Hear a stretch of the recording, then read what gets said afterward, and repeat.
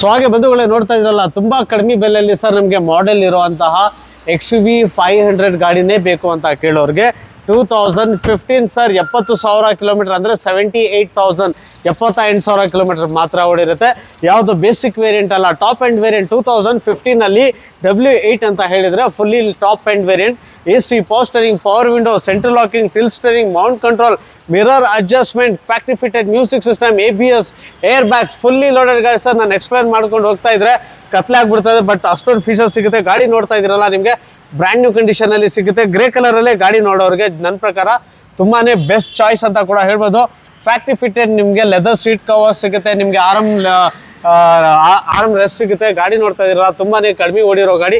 ಇಷ್ಟು ಕಡಿಮೆ ಓಡಿರೋ ಗಾಡಿ ನಿಮಗೆ ಮಾರ್ಕೆಟ್ ಅಲ್ಲಿ ಸಿಗೋದು ತುಂಬಾನೇ ಕಡಿಮೆ. ಈ ಗಾಡಿ ಬೇಕಂದ್ರೆ ನಿಮಗೆ ವಿತ್ NOC ಅಥವಾ ವಿತ್ ಕರ್ನಾಟಕ ನಂಬರ್ ಆಪ್ಷನ್ ನಿಮ್ಮ ಕೈಯಲ್ಲಿ ಇರುತ್ತೆ. ಯಾವ ಥರದ್ದು ಬೇಕಂದ್ರೂ ಕೂಡ ನಿಮಗೆ ಮಾಡೋಕ್ಕೆ ರೆಡಿ. ಬರೀ ಬೇಡ ಸರ್ NOC ತೆಗೆದುಕೊಟ್ಬಿಡಿ, ನಾವು ಹಾಗೆ ಓಡಿಸ್ತಾ ಇರ್ತೀವಿ, ಒಂದು 2-3 ತಿಂಗಳು ಬಿಟ್ಬಿಟ್ಟು ನಾವು ಟ್ರಾನ್ಸ್ಫರ್ ಮಾಡ್ಕೋತೀನಿ ಅಂತ ಹೇಳಿದ್ರು ಕೂಡ ಪರವಾಗಿಲ್ಲ, ಆ ಆಪ್ಷನ್ ಕೂಡ ಇರುತ್ತೆ. ಆ್ಯಕ್ಚುಯಲ್ ರಿಜಿಸ್ಟ್ರೇಷನ್ ಬಂದು HR, NOC ಆಲ್ರೆಡಿ ಬಂದಿದೆ. ಬೇಕಂದ್ರೆ ಎರಡು ಆಪ್ಷನ್ ಅಲ್ಲಿ ನಿಮಗೆ ಕೊಡ್ತಾರೆ. ಅಥವಾ ನಂಬರ್ ತಗೊಳ್ಳಿ ಅಥವಾ ಡೆಲ್ಲಿ ನಂಬರ್ HR ನಂಬರ್ ಅಲ್ಲೇ ತಗೊಳ್ಳಿ.